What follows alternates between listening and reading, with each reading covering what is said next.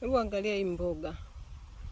Unaweza ukawa unahitaji tena mboga ya sijui mbolea ya kukuzia, sijui nini ya kufanyia nini.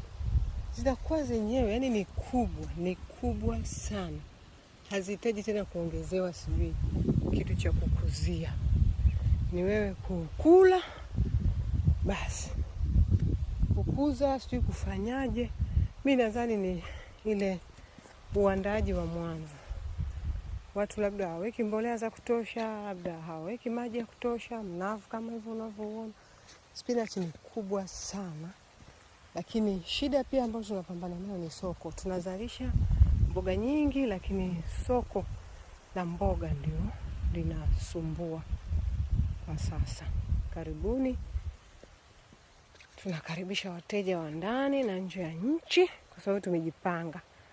Tuna eneo kubwa sana, almost kama heka 5 kwa ajili ya kulima mboga.